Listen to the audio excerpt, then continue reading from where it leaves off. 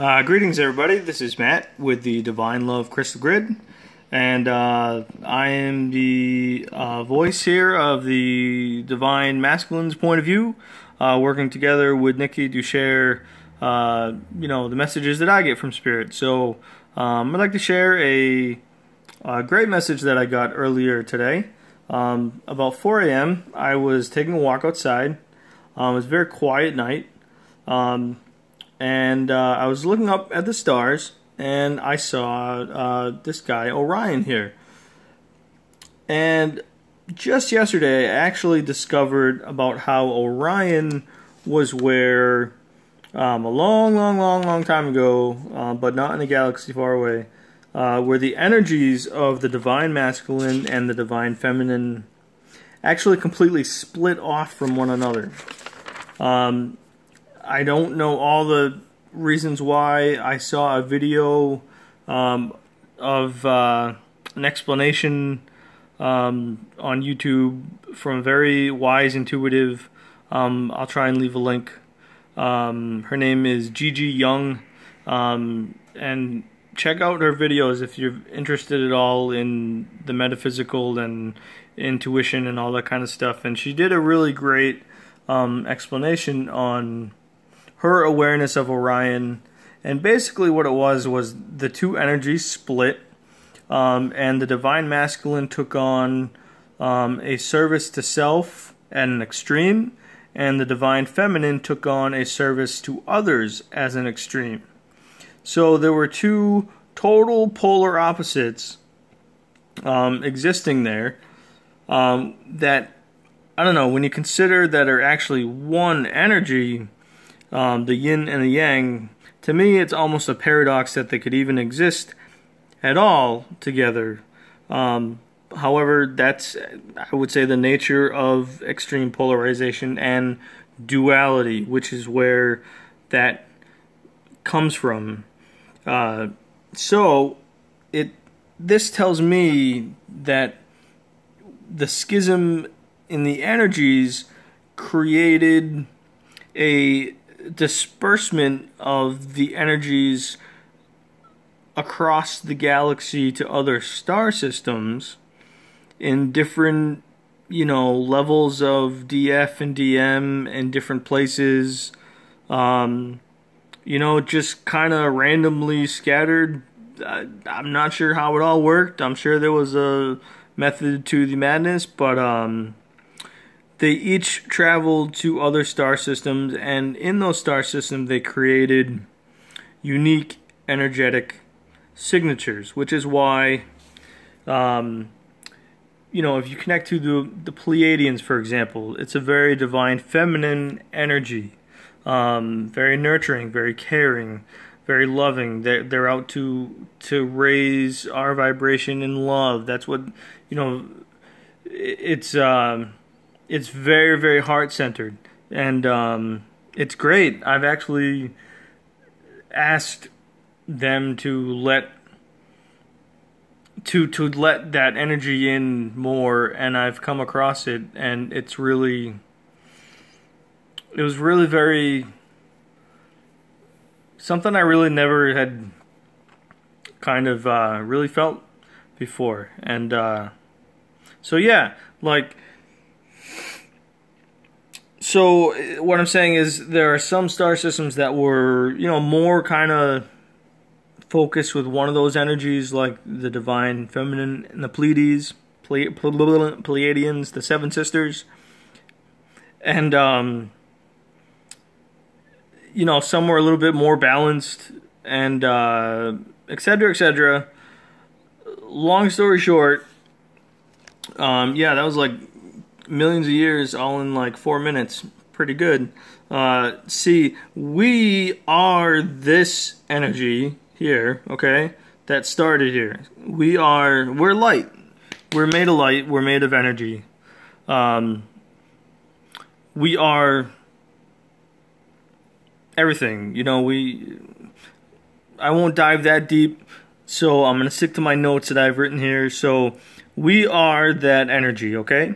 So, and once again, at first, I'll just a big disclaimer. This is my interpretation, my guidance from spirit. I am not claiming to know the facts about everything and it's an end-all be-all, blah blah blah. And that's, I think, what's great about all that we have to offer, is that we each have something to bring to the table. So this is just what I'm bringing. Eat what you want.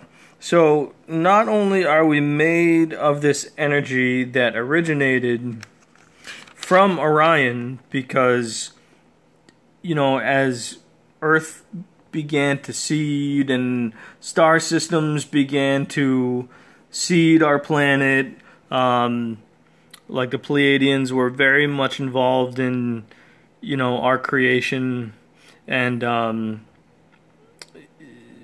blah blah blah blah.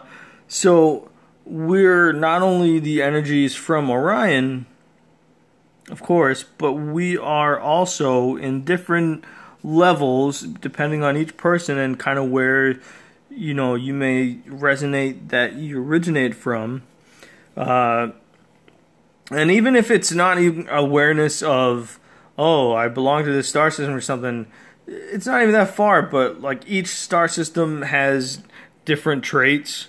Like the Arcturians are they're supposed to be the most enlightened beings in our galaxy, as far as we know, and they're very organized, and they're very concerned with teaching and healing and helping, and also great technology. They're apparently, I think Star Trek when I think of the Arcturians. You know, yeah, and like Sirius is kind of very highly technologically advanced, where they're not necessarily, I don't know. So what I'm saying is basically kind of like, regardless of if you resonate with a star system or not, that's not the point. The point is, in one way or another, our souls have been influenced by energies from all these different stars.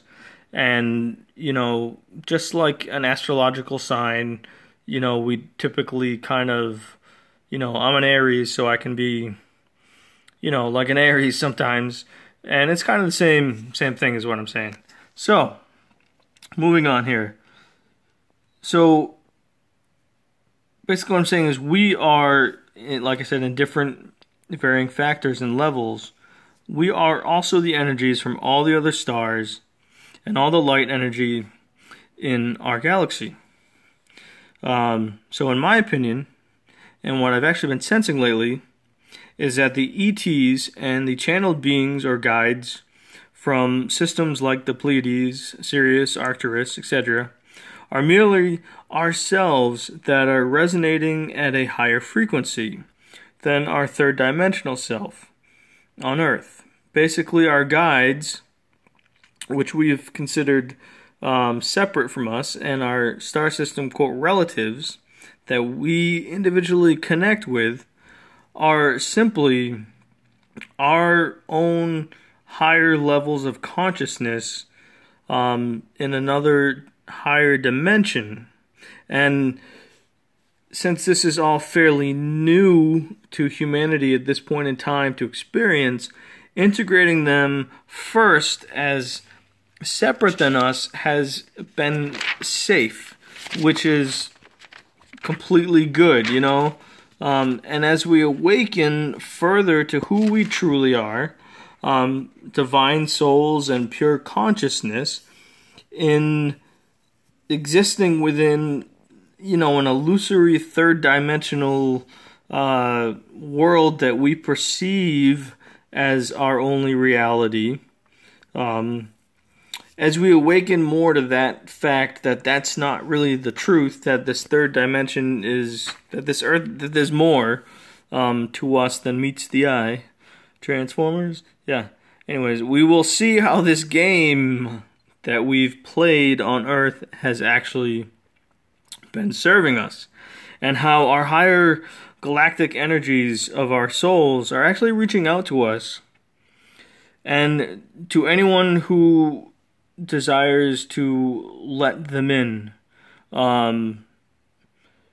so it's not exclusive, to anybody to reach out and come back home, into union, because that's what the divine purpose is, love, and so yeah, the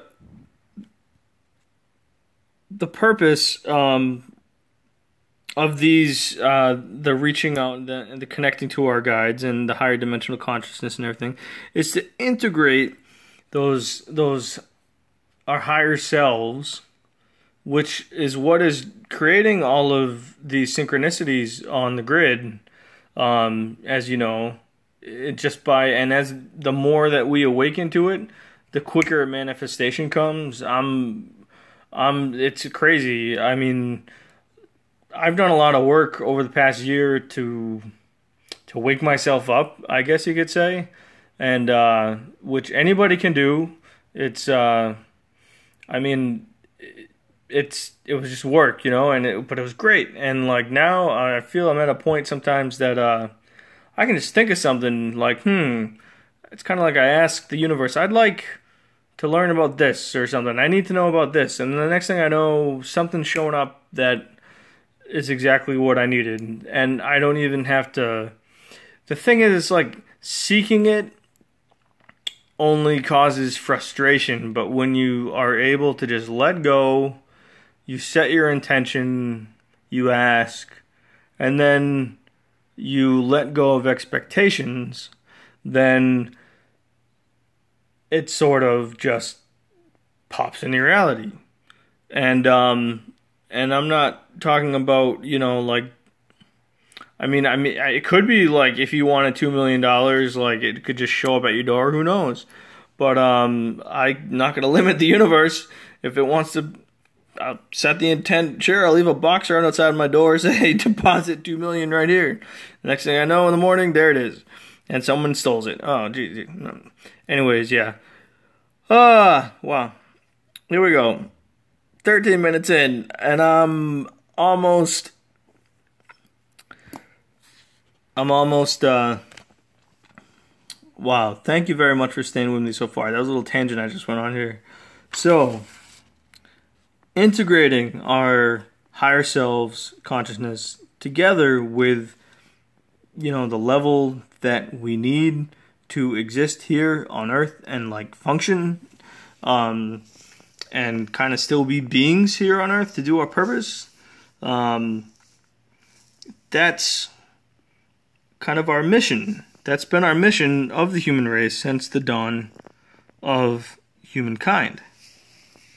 It's to learn how to come together, which is a phrase I've been hearing everywhere the past couple weeks. And which, random thought, I really think the album Abbey Road by the Beatles is some sort of TwinFlame union album. I have to listen to it again, but the first song on it is Come Together, and there's some other song titles that just kind of, and I think of the other songs too. But anyways, check it out if you want to. And so we let me get back on track here. We came here to learn how to come together by experiencing the pain of separation from Source, from our true self, from our divine self, which is the balance of the divine feminine and the divine masculine energies. So Earth is essentially a virtual reality game system, I guess you could say, that we created through love, okay, in order to be born to forget ourselves. As this was the only way we could fully remember. We challenged ourselves. We are warriors. We are all like this guy Orion. Orion, by the way, is the hunter. I know that's been coming up a lot lately. Orion is the hunter, okay? So And that's, what are we doing right now? We're hunting. You know, we're not necessarily just hunting out another person, because that would be like stalking, and that would be yeah, we don't want to put it that way. We're hunting within. You know, that's where we're at, right? And we've done a lot of searching and stuff like that. Now we're like, okay, now we're hunting, you know, but in a good way. So we challenged ourselves to come here because we knew that it was forgetting these Orion wars, of forgetting the Orion wars, which cause a separation, which happens during birth. We go through sort of the memory wipe. And if anyone, good movie recommendation, Oblivion, with Tom Cruise, and takes place in the future. Great movie. Kind of is about waking up. Well, it definitely is about waking up. Anyways. Whew. So, we knew that forgetting the Orion Wars of separation would be the only way to rediscover love, or rather reignite the universal fire of balance, because with no memory of war or separation, our soul holds no finite grudges from the distant past. So the only real memory of separation that we have is that inner drive to find ourselves through life, to find, you know, God, to find love. That is the purpose. And now, because of the new energies that have come into the our solar system has entered into as of 2012, okay, those higher level energies have sort of been a catalyst of raising the vibrations of all these other ones, which directly impact us, of course, because we are them and they are us. And you follow? So in essence, we came here to heal, okay? So this is the point that I'm leading to, and I just had to explain all that before I kind of really got to this point. So once again, thank you for bearing with me. Walking outside earlier, I looked at Orion, okay, and then I looked across the rest of the sky, and at all the other stars. All of them had an energy to them, almost their own personality, which would be the energetic signatures of them. And they were like little ships that were all traveling towards Orion. They weren't moving or anything like that. I wasn't hallucinating or anything. I wasn't tripping out on any drugs or anything.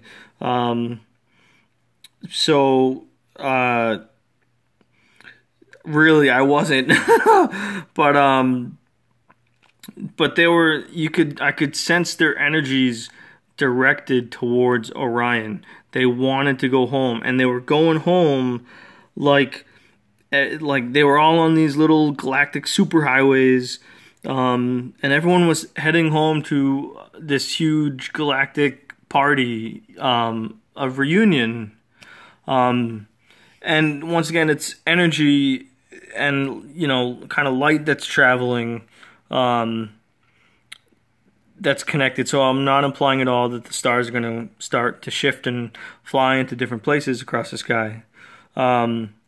It's, like I said, the new energy that our Earth has come into has, been a catalyst that's caused this sort of magnetic gravitational pull homewards to where the pain and separation originated, because the energy knows, or I should say we know. It's an innate feeling. That's why we're always searching for something.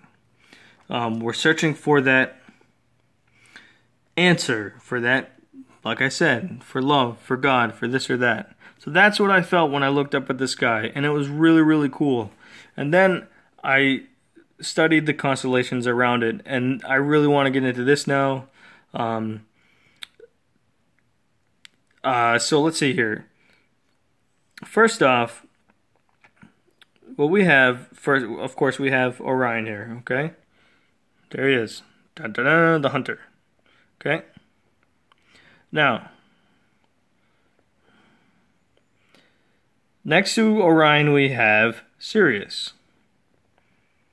Okay, well, let me start with this first. So this is the Galactic Plane, or whatever that's called. That's a ship sail, and there is a ship here. Now this ship is the constellation Vela, or it's either Antilla might be the sail. Vela, I think, is the ship. The Puppies is the stern, okay? And this ship is the ship of the Argonauts. I'm not exactly sure who the Argonauts are, but basically we've done a lot of talking about ships, okay? So this is pretty significant. So the ship is being led by Sirius, because there was the ship right over here, okay? Now Sirius is the dog star. And, you know, what are dogs known for? They're having good noses to sniff things out, to hunt things out, and to find things. So they're kind of leading the way towards Orion, right here, okay? And I know rabbits have come up for me lately, and I think maybe for other people, but Lepus right here, that's the rabbit constellation. And it said that the dog is sort of hunting the rabbit or something like that. But I don't quite see it as that. Maybe he is, but I regardless, I see it as Sirius is our friendly neighbor who is actually being the one to bring in these higher energies to us, and the dog is leading the way. So, yeah, there's the rabbit there. So I guess he could be, you know, I don't really know exactly what that means, but so now here we are back at Orion, and this is where it gets really interesting.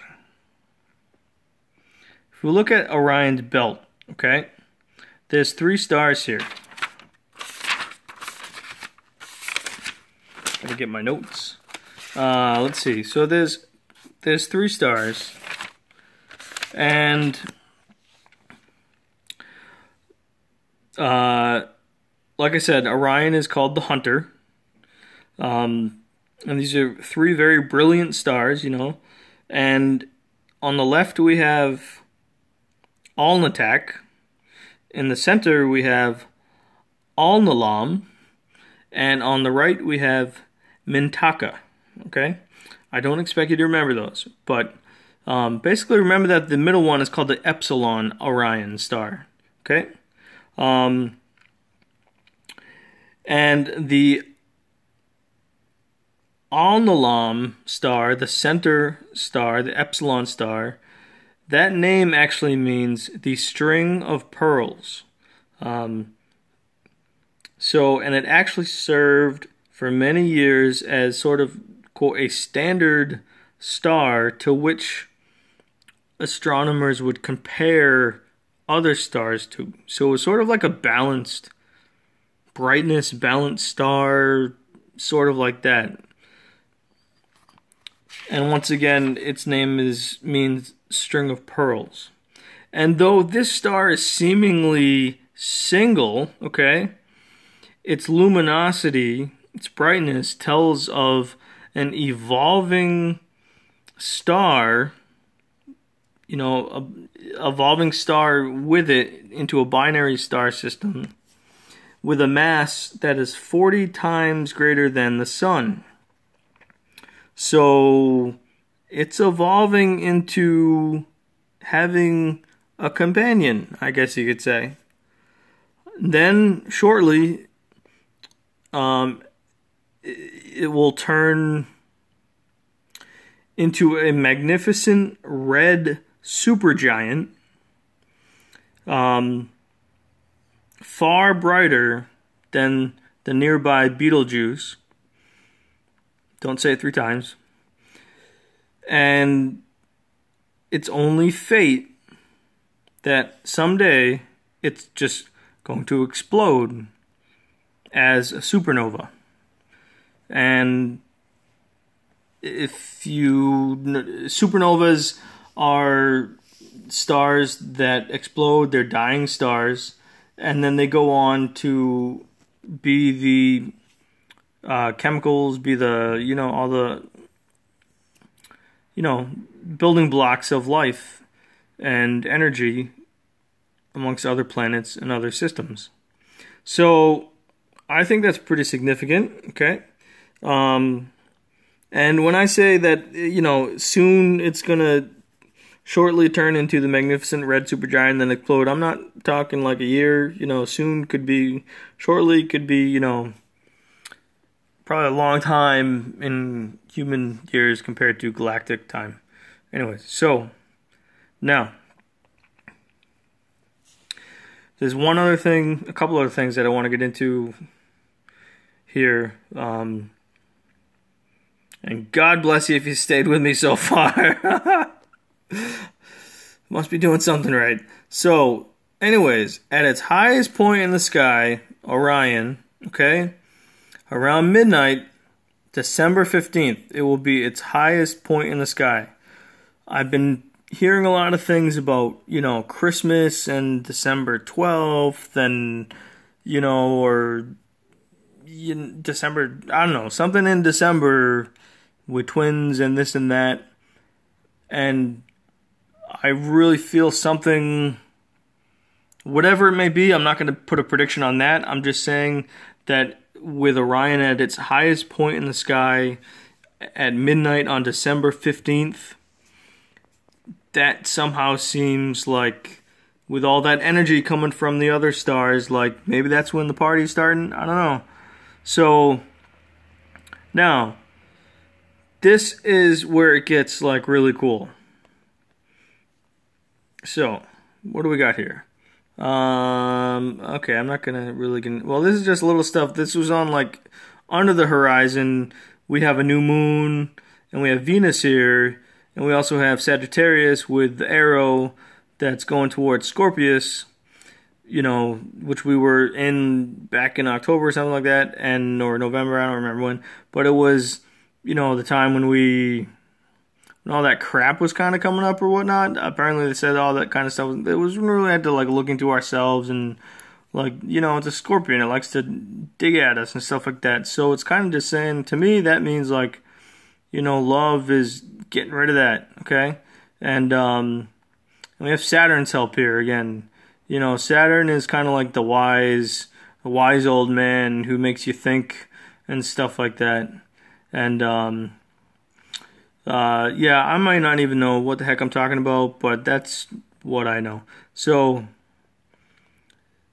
okay, so, and see, there's a blah, blah, blah. And then after you come up the horizon from Scorpio, we have Arcturus, remember that wise, the highest advanced, star system in our galaxy. And then we have going through Virgo, the purity, the angel, the kind of like refreshing us, making us new. And that's Jupiter is in Virgo, and Jupiter is the powerful, energetic planet that's going to make things happen. So we have a lot of great, powerful energy behind us, supporting us. Okay? And then another interesting tidbit here is we have a unicorn that has its little, horn there going directly into that center star in Orion, which I'm just about to get into the significance of that I know, half hour. Whew, geez, this is long for YouTube. But so we have, you know, if you know anything about, you know, the legendary unicorns or anything like that, it's you know, their horn apparently can, you know, it emits pure white light energy for healing, and they're said to be, you know, they transmit magical and medicinal properties. Okay, so I just find it interesting that it's faced towards there. Now I'm just going to get into this more because this is where it really gets good. There's just Orion again, okay, the 3 stars. Now you're probably like, what the heck is that? First off, I'm actually going to move ahead to this here. Okay, this is what I saw when I also looked up at the sky. Okay, X marks the spot. Okay, that middle star. Okay, this is Orion, and if you were to look at him, you know, we were just looking, it would be like that. But so X marks the spot is the message that I got. It's where we're all heading to, those stars. You know what I mean? So then I looked up that planet, and that was that something, the Al-Nilam, which is the, you know, the string of pearls. Okay, so within that little area there, there's actually what's called, believe it or not, the Flame Nebula. And the Flame Nebula it's an emission nebula in Orion Nebula. Nebulas are stellar nurseries, so it's where stars are born. And the emission nebula is basically the nebula light that's created from all the stars that are actually within the nebula. So, and it normally has a typical hue of red. And this is a close-up of the Flame Nebula. Okay, this is also a close-up of the Flame Nebula. And here's just the 3 stars, the Orions Belt. Now this is this here is, believe it or not, called a reflection nebula, which has the color blue. Typically, reflection nebulas have the color blue. And a reflection nebula is caused by a star farther away. The dust, it's actually called diamond dust, they call it. It's literally diamond dust, is lit up by the light of another star. So it's not coming from within, it's coming from without. And this is, we also have the famous Horseshoe Head nebula in here. And that looks like an angel, kind of. So I look at these pictures a lot of times. I see faces. I see a lot. And this is just another. This was on Wikipedia. Kind of also, in a way, X marks the spot, though that's a little off. But you know, maybe that's where it's supposed to be. I don't know. But so yeah, I'm gonna tie it up here. This all together is what's called the Orion Nebula. Okay, like the general Orion Nebula. The Flame Nebula is in there somewhere. The Reflection Nebula is in there. But this is the entire Orion Nebula. Now, I told you I see faces and stuff like that in these things. Now, I don't know if you can see this, but this looks like a face to me. And right here looks like a couple of fingers and a hand.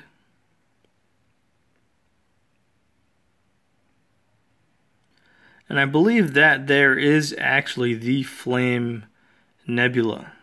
Okay? And looking up here, to me, this is a receiving hand of the light. And this is sort of, I can kind of see the shape of a body outlined there. You can kind of see it a bit clearer there, sort of a figure, and even I really see a face there now. We have two eyes, a nose, the hair. If you all think I'm crazy, that's quite alright. And it's reaching into the light to give and receive the light. And now that I look up here, I almost see the head of a woman with blonde hair, just her forehead and her eyebrows. It's almost like she's veiled. And this, this looks like an old man. Almost like a dying